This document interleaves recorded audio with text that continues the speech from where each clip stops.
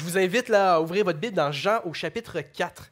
Donc, je vais, ceux qui sont habitués de m'entendre là, dans les dernières années, je ne sais pas c'est quand que j'avais commencé ça la dernière fois, j'avais commencé une série de messages là, dans 1 Thessaloniciens. Je vais prendre une pause, puis je vais commencer une nouvelle série de messages là, sur plusieurs passages bibliques, pas nécessairement dans Jean, mais plusieurs passages dans les évangiles, où est-ce que des gens rencontrent Jésus. Je me suis mis à réfléchir là-dessus, puis en lisant dans les évangiles, puis surtout quand ça fait longtemps qu'on vit dans l'Église, à un moment donné, Jésus, là, c'est une série d'informations qu'on accumule, puis les informations sont toujours de plus en plus fascinantes les unes que les autres, puis Jésus devient la personne la plus complexe qui existe, qu'on a envie d'étudier, qu'on a envie de comprendre, qu'on réalise là, que Jésus est pleinement Dieu, on fait « wow, ça veut dire ça, ça veut dire ça, ça veut dire ça », puis je comprends pas que ça veut dire ça ici, je comprends pas qu'un Dieu éternel puisse porter un corps humain et être limité dans un endroit à un moment. Puis là, on peut justement méditer là, sur tout ce qui tourne autour de Jésus, puis oublier que Jésus a réellement marché sur terre. Qu'il était pleinement Dieu, qu'il était aussi pleinement homme. Et Jésus a marché sur terre et a rencontré des vraies personnes qui vivaient des vraies situations. Puis Jésus savait comment prendre soin de ces personnes-là. Ce qui est spécial quand on lit les évangiles, c'est que Jésus n'a pas eu le même effet sur tout le monde. Les gens ont réagi de manière différente en rencontrant Jésus. Puis j'aimerais ça qu'on puisse justement étudier ce matin une rencontre avec Jésus, une personne qui a rencontré Jésus et qui a été bouleversée. Puis on va voir pour quelle raison cette personne-là a été bouleversée. Puis pourquoi je veux qu'on médite là, sur le fait de rencontrer Jésus, parce qu'on adore un Seigneur qui est vivant. Un Seigneur qui est ressuscité, qui est assis à la droite de Dieu, une vraie personne. Et lorsqu'on réalise que Jésus est une vraie personne, lorsqu'on s'adresse à lui dans la prière, ça vient changer notre relation avec lui. On a encore envie de découvrir cette personne-là, non pas pour avoir une série d'informations à son sujet, mais un peu comme quand on est en amour avec quelqu'un qu'on a envie d'apprendre à la connaître, qu'on puisse retomber amoureux avec Jésus. Vouloir passer du temps avec cette personne-là, pleinement humaine et pleinement Dieu, la personne la plus fascinante et la personne qui est digne d'être rencontrée. C'est pour ça qu'on veut l'annoncer au monde entier. On ne veut pas annoncer une série d'informations au monde entier. On veut annoncer une personne, Jésus-Christ, qui est mort et ressuscité pour nous. Alors ce matin, on a un long passage. Parce que quand on rencontre quelqu'un, c'est rarement très très court. C'est très rarement juste un « bonjour, comment ça va le dimanche matin ». Quand on prend le temps de rencontrer quelqu'un, généralement, il y a une conversation. Et justement, on va regarder ensemble une conversation que Jésus a eue avec quelqu'un. On est dans Jean au chapitre 4. Je vais lire le passage qu'on va survoler ensemble ce matin. Je vais lire à partir du verset 1.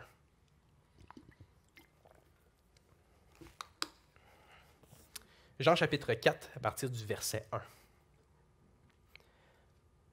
Le Seigneur sut que les pharisiens avaient appris qu'il faisait et baptisait plus de disciples que Jean-Baptiste. Toutefois, Jésus ne baptisait pas lui-même, mais c'étaient ses disciples. Alors il quitta la Judée et retourna en Galilée. Comme il fallait qu'il passe par la Samarie, il arriva dans une ville de Samarie nommée Sychar, près du champ que Jacob, dans l'Ancien Testament, avait donné à Joseph, son fils. Là se trouvait le puits de Jacob. Jésus, fatigué du voyage, était assis au bord du puits. C'était environ la 6e heure. Une femme de Samarie vint puiser de l'eau. Jésus lui dit, « Donne-moi à boire », car ses disciples étaient allés à la ville pour acheter des vivres. La femme samaritaine lui dit, « Comment toi, qui es juif, me demandes-tu à boire, à moi qui suis une femme samaritaine? » Les Juifs, en effet, n'ont pas de relation avec les Samaritains. Jésus lui répondit, « Si tu connaissais le don de Dieu, et qui est celui qui te dit « Donne-moi à boire », tu lui aurais toi-même demandé à boire, et il t'aurait donné de l'eau vive. « Seigneur, lui dit la femme, tu n'as rien pour puiser, et le puits est profond. D'où aurais-tu donc cette eau vive? Es-tu plus grand que notre père Jacob, qui nous a donné ce puits et qui en a bu lui-même, ainsi que ses fils et ses troupeaux? » Jésus lui répondit, Quiconque boit de cette eau aura encore soif. Mais celui qui boira de l'eau que je lui donnerai n'aura jamais soif. Et l'eau que je lui donnerai deviendra en lui une source d'eau qui jaillira jusque dans la vie éternelle. » La femme lui dit, « Seigneur, donne-moi cette eau, afin que je n'aie plus soif et que je ne vienne plus puiser ici. » « Va, lui dit Jésus, appelle ton mari et viens ici. » La femme répondit, « Je n'ai point de mari. » Et Jésus lui dit, « Tu as eu raison de dire, je n'ai point de mari, car tu as eu 5 maris, et celui que tu as maintenant n'est pas ton mari. En cela tu dis vrai. » « Seigneur, lui dit la femme, je vois que tu es prophète. Nos pères ont adoré sur cette montagne, et vous dites, vous, que le lieu où il faut adorer est à Jérusalem. » « Femme, lui dit Jésus, crois-moi, l'heure vient où ce ne sera ni sur cette montagne, ni à Jérusalem que vous adorerez le Père. Vous adorez ce que vous ne connaissez pas. Nous adorons ce que nous connaissons, car le salut vient des Juifs. Mais l'heure vient, et elle est déjà venue, où les vrais adorateurs adoreront le Père en esprit et en vérité. Car ce sont là les adorateurs que le Père demande. Dieu est esprit, et il faut que ceux qui l'adorent en esprit et en vérité. La femme lui dit, « Je sais que le Messie doit venir, celui qu'on appelle Christ. Quand il sera venu, il nous annoncera toutes choses. » Jésus lui dit, « Je le suis, moi qui te parle. » On a ici une scène fascinante. Faut se rappeler là, que c'est des vraies personnes qui se rencontrent à un vrai moment de l'histoire. Si on regarde l'horizon autour de cette scène-là, on a un paysage semi-désertique. Ça veut dire des roches, du sable puis des bouts d'herbe qui traînent un peu à gauche, à droite, mais vraiment pas tant que ça. Puis c'est contrairement à aujourd'hui une très belle journée. Quand on regarde dehors, le soleil est en haut, au plus haut possible, et plombe sur le paysage semi-désertique. Il n'y a personne, c'est tranquille, peut-être un peu de vent qui souffle, mais très très tranquille. Et alors qu'on regarde l'horizon, il y a quelqu'un en train de marcher, qui s'avance, pas trop vite. On se rend compte que c'est une madame qui est en train d'avancer, puis elle ne fait pas juste marcher. Ce n'est pas la marche là, en plein milieu de la journée là, pour digérer son dîner, c'est pas du tout ça. Là. On a une madame qui est en train de traîner peut-être 2 gros seaux, puis elle marche. Les seaux sont vides, mais alors qu'elle marche, le soleil qui plombe sur son visage, il y a déjà des gouttes de sueur qui sont peut-être en train de tomber. Et alors qu'elle marche, tout bonnement, fait attention pour ne pas piler sur une pierre puis se fouler la cheville, elle avance vers le puits, un chemin qu'elle connaît super bien. Puis alors qu'elle avance avec ses 2 gros seaux, elle fige. Parce qu'elle regarde au puits, puis il y a quelqu'un. Ça vient la surprendre. En fait, la scène est assez surprenante. Il n'est pas supposé avoir personne, ni sur le chemin vers le puits, ni au puits à ce moment-là de la journée. Ce que la femme fait n'a rien de surprenant. Je veux dire, à cette époque-là, c'était la responsabilité des femmes d'aller chercher l'eau. Les hommes et les femmes avaient des responsabilités différentes. La femme, oui, s'occupait principalement du foyer, mais une manière de s'occuper du foyer, mettons, là, laver du monde, laver du linge, aussi préparer à manger, tout ça, il faut de l'eau. Et il n'y avait pas le luxe, là, justement, d'ouvrir un robinet chez eux pour que l'eau coule comme nous, on l'a. Il fallait donc que les femmes aient cherché de l'eau. Et donc, il n'y a rien de surprenant ici qu'il y ait une femme qui traîne 2 gros seaux. C'est pas son mari qui est cruel, qui veut la punir. Là. Non, c'est la job de la femme d'aller chercher de l'eau avec ces 2 gros seaux comme ça. Ce qui est normal aussi à cette époque-là, c'est que les femmes à ce moment-là sont brillantes. Encore aujourd'hui, les femmes sont brillantes, mais à ce moment-là, lorsqu'on avait cette responsabilité à prendre, les femmes ne faisaient pas n'importe quoi. Parce que de traîner 2 seaux, je veux dire, c'est le fun de traîner 2 seaux vides, je peux faire ce que je veux avec, mais une fois que les seaux sont pleins, par exemple, pas si facile que ça, traîner des seaux. Je sais pas si vous avez déjà essayé de prendre des grosses cruches à l'épicerie là, d'eau, c'est lourd de l'eau, là. Donc de traîner des seaux d'eau, en sachant qu'il faut les remplir, c'est demandant. C'est un travail qui est extrêmement physique. Et c'était la responsabilité des femmes. Et donc, les femmes ne vont pas attendre qu'il fasse extrêmement chaud pour aller chercher l'eau. Parce que c'est facile de se rendre jusqu'au puits, mais là, il faut revenir. Puis tu ne veux pas revenir en pleine chaleur, sachant que si ça te prend 20 minutes y aller, ça va t'en prendre 35 revenir. Tu ne vas pas attendre que le soleil plombe. Puis tu n'as pas le temps d'attendre aussi que ça soit nuageux et qu'il pleuve, parce que dans un milieu semi-désertique, il ne pleut pas souvent. Donc, à quel moment les femmes allaient chercher leur eau? Y allaient avant que le soleil se lève ou après que le soleil soit couché? Parce que dans un milieu semi-désertique, quand il n'y a pas de soleil, tout à coup, il fait froid très, très rapidement. C'est correct qu'il fasse froid, parce que traîner des seaux d'eau pleins, c'est extrêmement physique. Et donc, tant qu'à y aller quand il fait plutôt sombre, vu que c'est ma job de femme d'aller chercher de l'eau, ben on va en faire un party de filles. Les femmes y allaient tous ensemble chercher de l'eau, soit tôt le matin ou tard le soir, et c'était le moment où est-ce que les femmes, vous faites ce que vous faites, je ne sais pas pourquoi, là, comme des fois vous partez en gang à la salle de bain puis vous faites des choses qui me sont complètement étrangères, j'ai aucune idée, mais c'était le genre de party de filles qu'on faisait le matin, les femmes partaient ensemble et allaient chercher de l'eau, puis même si on peut les imaginer, là, parler là, très très fort en y allant, puis quand les seaux sont pleins, ils reviennent, là c'est plus « Ok les filles, on lâche pas », puis là on retourne chez nous, ok, c'était ce qu'une femme faisait. Donc une femme qui aille chercher de l'eau, il n'y a rien de surprenant. Une femme seule qui va chercher de l'eau, quelque chose qui cloche. Une femme seule qui va chercher de l'eau en plein milieu de la journée, ça cloche beaucoup. Quelque chose qui ne fonctionne pas ici dans cette histoire-là. Et pour la femme, ce qui cloche pour elle, c'est qu'il y a quelqu'un sur le bord du puits. Ça, c'est pas supposé être là. Et lorsqu'elle s'approche, elle se rend compte que c'est un homme. Pas n'importe quel homme. Un juif. OK, là, on se ramène dans ces souliers-là de cette madame-là. On est à une époque où est-ce qu'il y a deux peuples qui se côtoient, les Juifs et les Samaritains.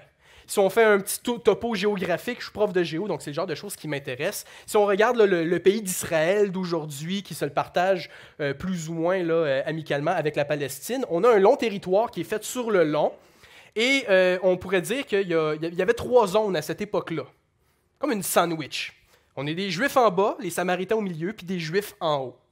C'est de même que ça fonctionnait. Et historiquement, les Samaritains ne sont pas d'origine juive, ce sont des gens qui se sont métissés avec les Juifs, qui sont d'origine différente, et donc physiquement, ils étaient différents les uns des autres. Ce n'était pas juste une différence physique, il y avait aussi des différences culturelles. Les deux peuple disait adorer Yahweh, le Dieu là, de l'Ancien Testament tel qu'on le voit. Les deux peuples ne s'entendaient pas sur comment adorer Yahweh. Les Juifs, les deux pains du sandwich, là, eux autres, ils disaient on doit adorer Yahweh à Jérusalem. Les Samaritains, eux autres, avaient leur propre temple à eux. Ils ne s'entendaient pas sur ce qui était bien pour adorer l'Éternel tel qu'il est présenté dans l'Ancien Testament. Puis là, c'est pas juste une mésentente puis un manque de tolérance. C'est arrivé au point où est-ce que les Juifs se sont mis à persécuter les Samaritains et en réplique, les Samaritains ont pris des ossements qu'ils ont garochés dans le temple à Jérusalem. Il n'y a rien de mort qui peut rentrer dans le temple de Jérusalem et ils savaient très bien. Le but était de mépriser le temple qui était à Jérusalem. Bref, si je suis Juif, que je vois un Samaritain sur le trottoir devant moi, je change de côté. Parce que ce qui risque de se passer, c'est que je vais recevoir du crachat sur mes pieds si ce n'est pas les poings qui lèvent. On est dans cette situation-là. La femme s'avance, il y a un homme qui est juif. Ça ne fonctionne pas pour elle. Donc elle évite ses regards, elle prend un de ses seaux, descend dans le puits. Puis à ce moment-là, on est au verset 7 dans Jean chapitre 4. Une femme de Samarie vint puiser de l'eau. L'homme juif n'est nul autre que Jésus. Jésus lui dit « Donne-moi à boire. » La Samaritaine n'est pas contente. Pas supposé avoir quelqu'un, pas supposé être un homme, pas supposé être un juif, Puis là, le Juif, il demande quelque chose. Si on prend un instant, Jésus qui demande à boire, oui, il avait peut-être l'intention d'engager la conversation. Ah, on est sur le bord d'un puits, il fait beau, il fait chaud. Puis on a lu plus tôt dans le texte que Jésus était fatigué. Il avait probablement extrêmement soif parce que lui, il venait de marcher avec ses disciples, il était sur le bord du puits, et comme on le voit plus tard dans le texte, il n'y avait rien pour puiser de l'eau. Donc c'est normal de la part de Jésus, cet être humain-là, fatigué de son voyage, de demander de l'eau à la Samaritaine. Mais dans la tête à Samaritaine, ça ne fonctionne pas. Qu'un homme juif demande à une femme samaritaine de l'eau, ça veut dire de partager le seau utilisé par une Samaritaine. Il n'y a rien de plus impur que quelque chose qui a été touché par une Samaritaine, selon la conception juive de l'époque. Ça n'a aucun sens dans la tête à Samaritaine que Jésus lui demande ça. Puis c'est un peu la réponse que la Samaritaine lui donne. Au verset 9, c'est écrit, la femme samaritaine lui dit « Comment toi qui es juif me demandes-tu à boire à moi qui suis une femme samaritaine? Ça se fait pas ce que tu fais, monsieur. » Parce qu'elle ne sait pas encore c'est qui. « Tu fais pas ça. » Et Jésus répond comme seul Jésus sait le faire, avec un genre d'énigme. Hein? C'est un peu de même, là, que des fois Jésus il parle là, aux gens. Au verset 10, c'est écrit « Jésus lui répondit Si tu connaissais le don de Dieu, et qui est celui qui te dit « Donne-moi à boire », tu lui aurais toi-même demandé à boire, et il t'aurait donné de l'eau vive. En fait, Jésus est en train de dire « Moi, je te demande de l'eau, mais ce que j'ai à t'offrir, c'est vraiment supérieur. De l'eau vive. » Nous autres, on est comme « OK. Qu'est-ce que c'est ça, de l'eau vive? » Il faut le comprendre. Elle s'en va puiser dans un puits. De l'eau dans un puits, c'est de l'eau qui ne bouge pas. Normalement, quand on regarde, c'est brun. Hein? Pas l'eau la plus appétissante qu'il y a. Si tu veux la meilleure source d'eau qu'il y a, tu t'en vas dans une rivière où est-ce que l'eau coule, elle est filtrée par les différentes roches. Puis quand je prends l'eau, justement, elle est translucide parce qu'elle est nettoyée. Donc, j'ai le choix entre de l'eau stagnante ou de l'eau vive. Moi, je veux l'eau vive. Donc, Jésus lui dit, moi, je te demande de l'eau stagnante, de l'eau qui traîne dans le puits. Mais si tu m'avais demandé à boire, moi, je t'aurais donné de l'eau filtrée, qui goûte bon, qui fait du bien, qui est rafraîchissante. C'est ça que j'ai à t'offrir. La Samaritaine, elle regarde autour d'elle, puis elle fait « Où ça? Il y a un puits ici, on est dans le désert, il fait chaud, puis en plus, t'as même pas de seau, Jésus. Comment, pas Jésus, excusez, monsieur, je ne sais pas encore que c'est Jésus, OK? Comment tu m'offrirais cette eau-là? »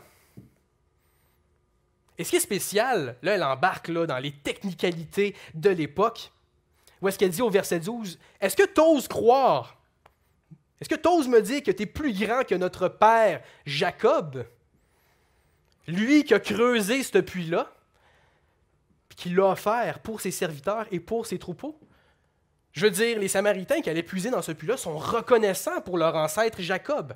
Personnage mythique de l'Ancien Testament, mythique dans le sens, c'est une vraie personne qui a réellement marché, mais on parle là, d'un patriarche, quelqu'un de super important là, dans leur histoire, qui a osé creuser un puits pour que les Samaritains, presque 1500 ans plus tard, puissent continuer là, de s'abreuver. Je veux dire, s'il y a quelqu'un d'important pour elle et pour le village de Sichar, c'est Jacob qui leur a permis d'avoir un puits dans lequel il y a de l'eau. Là, elle dit, attends, là, t'oses me dire que tu as une meilleure eau que ce que Jacob nous a offert il y a 1500 ans? Tu te prends pour qui, monsieur? Et Jésus répond à la Samaritaine, quiconque boit de l'eau dans ce puits-là, faite par le grand Jacob, va devoir y retourner. Parce que tu vas boire, tu vas encore avoir soif, il va falloir que tu reviennes avec tes 2 seaux dans la chaleur du jour. Tandis que celui qui boit de mon eau n'aura jamais soif. Et ça, on voit ça au verset 14. « Mais celui qui boira de l'eau que je lui donnerai n'aura jamais soif. Et l'eau que je lui donnerai deviendra en lui une source d'eau qui jaillira jusque dans la vie éternelle. » OK, si on prend le temps de se l'imaginer, c'est vraiment bizarre ce qu'il dit Jésus ici. OK? Il y a un puits. Autour, c'est un désert. Jésus dit, moi, j'ai de l'eau à t'offrir. Ce puits-là, il va falloir que tu reviennes. L'eau que moi, je vais t'offrir va devenir une rivière dans toi. Cette rivière-là va couler sans cesse, puis tu vas toujours avoir accès à cette eau-là pour toujours. Tu n'auras plus besoin jamais de revenir dans le puits, parce que l'eau que j'ai à t'offrir va être à l'intérieur de toi.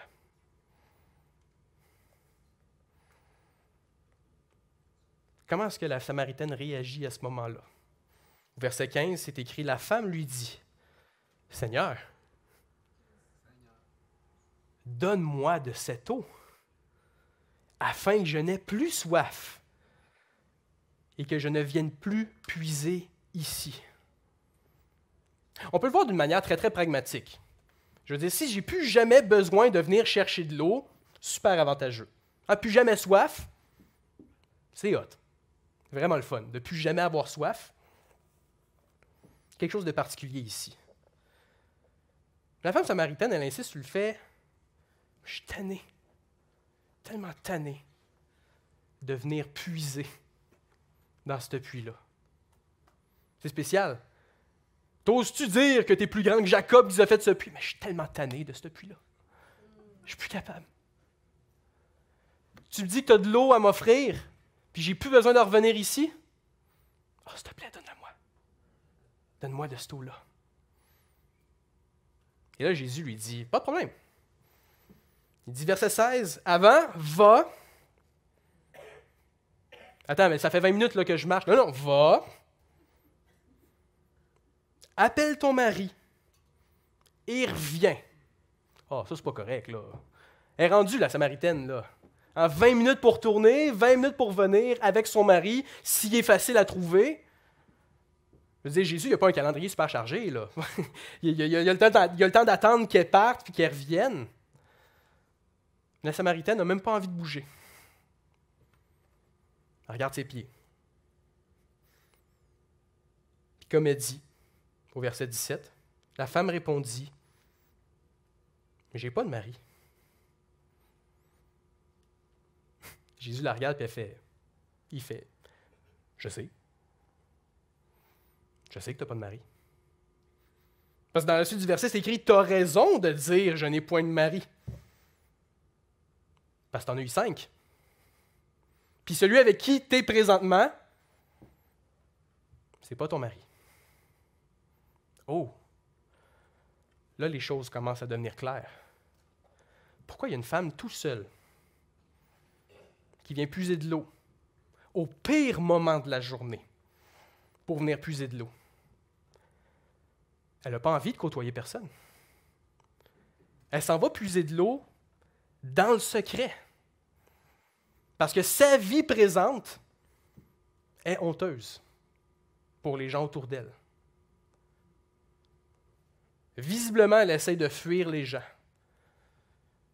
Et le seul moment où est-ce qu'elle peut venir puiser de l'eau, parce qu'il en faut de l'eau pour endurer nos journées, c'est alors que le soleil plombe et que c'est le plus difficile. Parce que là, elle est sûre et certain qu'à ce moment-là, il n'y a personne qui va la croiser. Il n'est pas supposé d'avoir d'hommes juifs qui traînent sur le bord du puits à ce moment-là. Cette femme-là avait honte. Honte de son histoire, qui probablement était connue par tout le monde à ce moment-là. Pensez-y. Jeune, remplie de potentiel, probablement une jolie femme, qui disait « Venez voir! J'ai rencontré un gars. Il est extraordinaire. Il va venir changer ma vie. Et on s'en va le voir, on va célébrer son mariage avec elle, tout va bien, puis après un X nombre de temps, le divorce. Une relation qui ne fonctionne pas. La tristesse, la déception.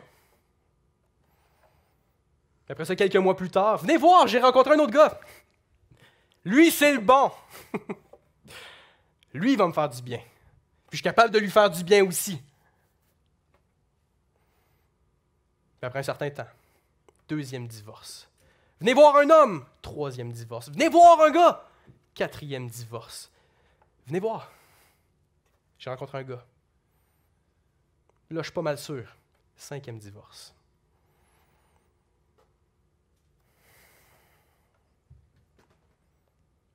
Imaginez le désespoir de cette femme-là.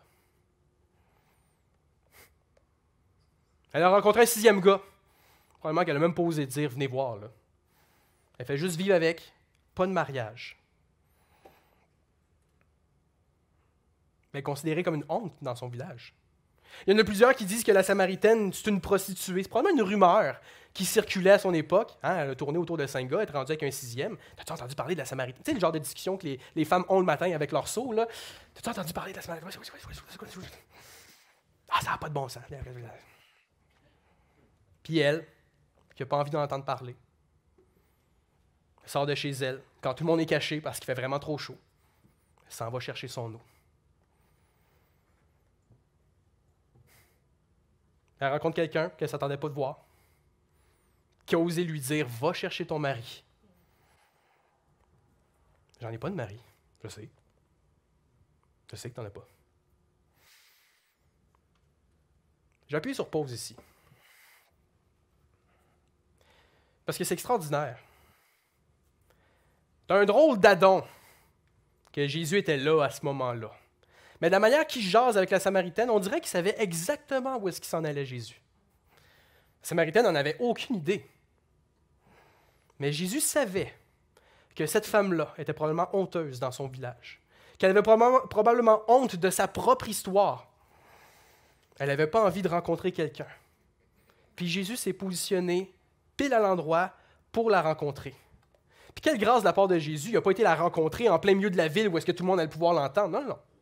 Il était à l'écart. Elle a pensé aller se cacher au puits en plein milieu de la journée. Puis c'est exactement là que Jésus a été la rencontrer, connaissant tout ce qu'elle avait vécu, connaissant son histoire, probablement mieux qu'elle en fait. Parce qu'il n'y a rien que Jésus ne connaît pas. Je vous parle de ça parce que, en tant qu'être humain, brisé par le péché comme on est, on fait des choses qui sont honteuses. On fait des choses qu'on n'a pas envie que personne sache. On fait des choses qu'on a envie de cacher à tout le monde. Puis malheur à ceux dont la honte a été révélée au grand jour. La rumeur circule à leur sujet. Puis qui n'ont pas envie de croiser les regards de personne. Qui ont juste envie de cacher leur honte dans une boîte en espérant que personne, jamais, ouvre cette boîte-là. Peut-être qu'il y en a parmi nous qui font des choses honteuses d'une manière plus ou moins régulière, qui ne sont pas fiers de ça, mais qui sont pris avec.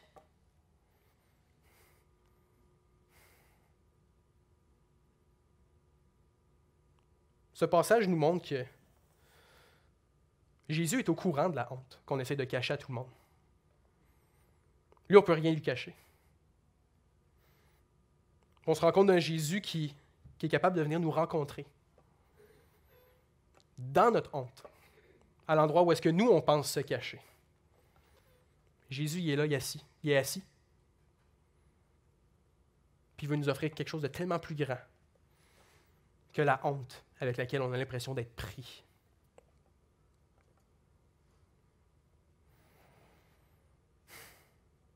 Alors comment est-ce que la femme réagit à Jésus qui lui dit « Je sais que tu n'as pas de mari.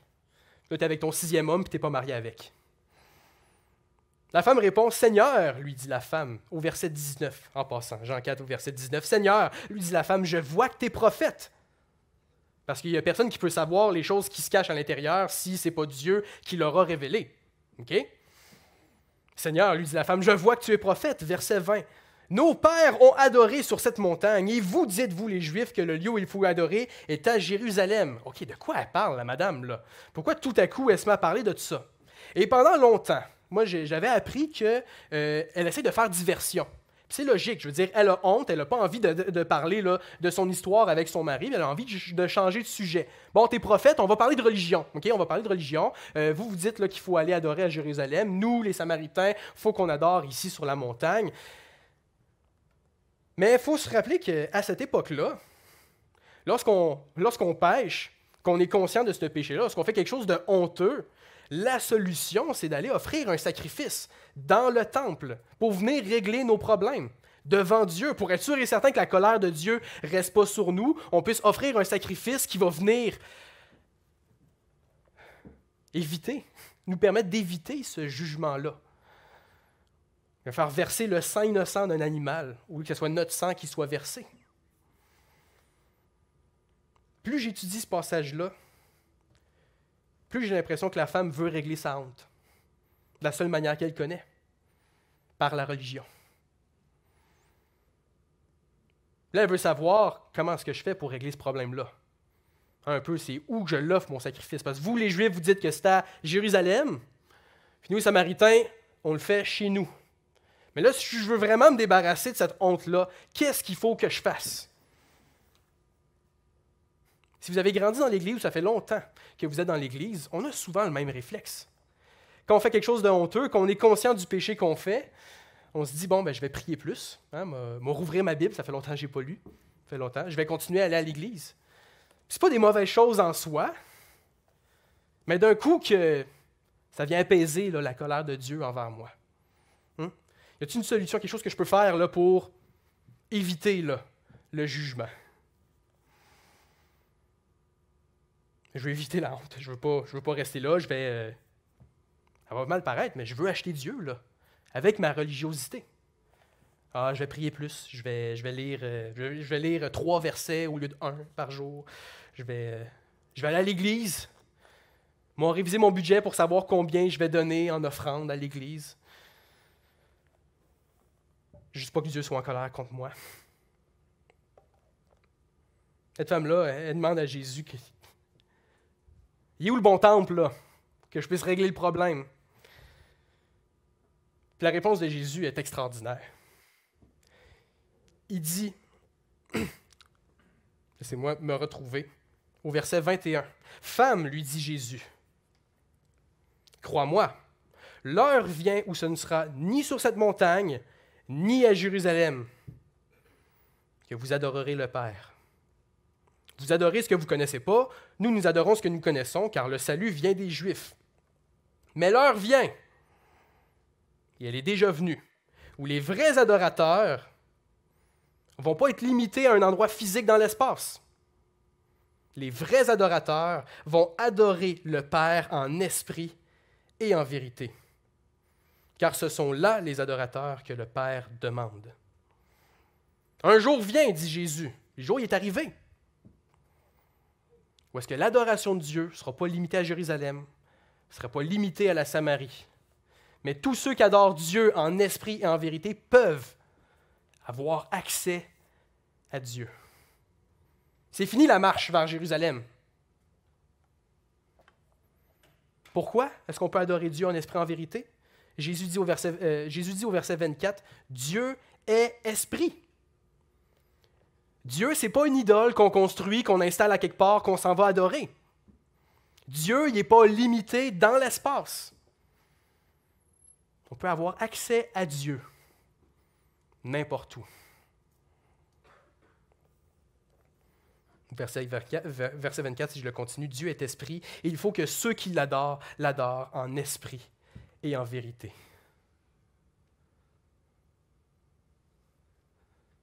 Alors si on regarde là, jusqu'à présent, là, qu'est-ce qui s'est passé? On a une femme qui essaye d'être tout seule, qui ne veut pas croiser les regards de personne, rencontre malgré elle Jésus,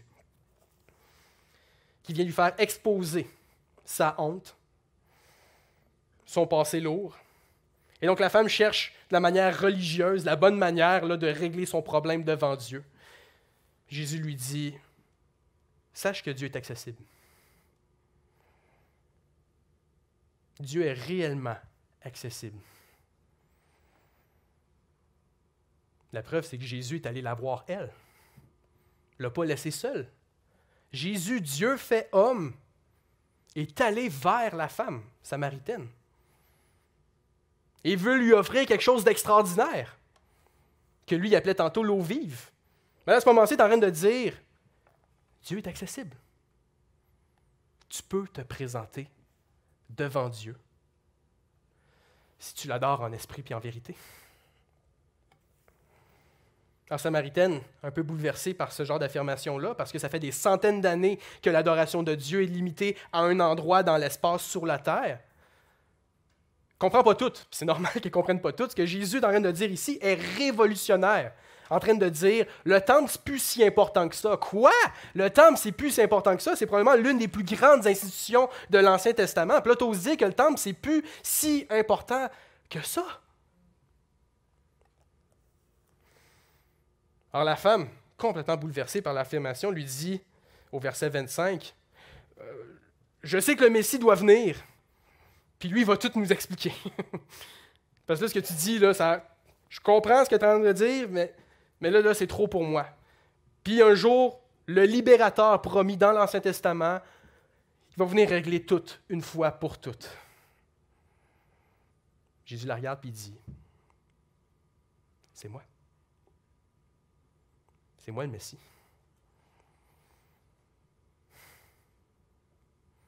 Dieu fait homme. On a été rencontrés en privé. Cette femme qui était prise dans sa honte. Parce que la mission de venir la libérer de sa honte. Elle est arrivée à un point où est-ce qu'elle a fait « J'ai tellement besoin du Christ. » Lorsqu'elle lève les yeux, elle l'avait devant lui. Comment est-ce qu'elle a réagi? Ben avant, alors qu'elle est en train de constater que Jésus, qu'elle appelait monsieur depuis le début, c'est quelqu'un de spécial. Au verset 27, c'est écrit, « Là-dessus arrivèrent ses disciples. » Eux autres arrivent là, dans le décor, sur le bord du puits, et furent étonnés de ce que Jésus parlait avec une femme. « Wow, comment est-ce qu'il fait, Jésus, pour oser parler avec une femme? Tu fais pas ça. Fais pas ça, parler avec une femme. » Toutefois, aucun ne dit « Que demandes-tu ou de quoi parles-tu avec elle? » Les disciples, à un moment donné, ils sont frileux à poser des questions à Jésus, parce que souvent, ils posent une question, puis c'est tellement une mauvaise question, Pierre. Donc, c'est souvent ça qui arrive. Donc là, on s'entend qu'il hésite un peu à poser des questions. Et alors qu'il regarde Jésus en train de parler avec la femme, verset 28, « Alors la femme, ayant laissé sa cruche, s'en alla dans la ville. » Elle était venue puiser de l'eau. Elle avait emmené ses cruches pour aller puiser de l'eau. Elle laisse sa cruche là. Plus qu'elle n'a plus besoin d'eau, je veux dire, elle a encore besoin d'eau pour être capable de vivre, mais là, pas le temps de niaiser avec sa cruche. Trop lourd, là. Elle part. Elle retourne chez elle. Et à la fin du verset 28, « Et dit aux gens de la ville, « Venez voir un gars. J'ai trouvé un gars. » Ouais, ben oui. Mon œil, Samaritaine. Le 7e, là. C'est le 7e gars que tu as trouvé, là. Non, venez voir. Verset 29. « Il m'a dit tout ce que j'ai fait. Il connaît tout de moi.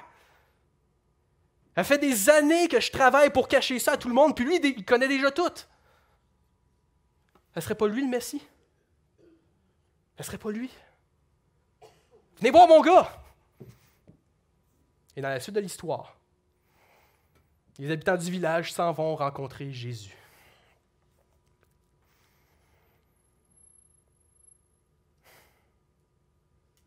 Qu'est-ce que vous essayez de cacher aux autres? Où est-ce que vous allez vous cacher pour vivre votre honte tout seul? Jésus, oui, c'est le Dieu éternel, assis à la droite de Dieu. Il intercède pour nous.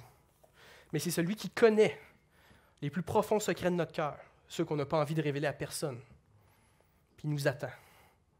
Il veut venir nous rencontrer. Il veut qu'on arrive à un point où est-ce qu'on tombe à genoux devant lui puis on fait « J'ai tellement besoin d'être libéré. » Et Jésus nous offre la véritable libération. Jésus nous a offert sa vie, une vie parfaite. À la place de notre vie, toute croche, brisée, remplie de honte, remplie de péché, remplie de mal, remplie de souffrance. Jésus a offert sa vie pour nous offrir une source d'eau qui place à l'intérieur de nous autres, nous faire vivre d'une manière complètement différente, et ce, jusque dans la vie éternelle. C'est ce que Jésus nous offre.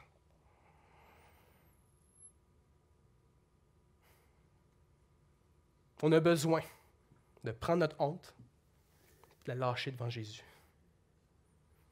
De lui prier, Seigneur, viens me libérer de ce péché, de cette honte-là. Viens produire une nouvelle vie en moi, qui est complètement différente de ce que j'essaye de cacher.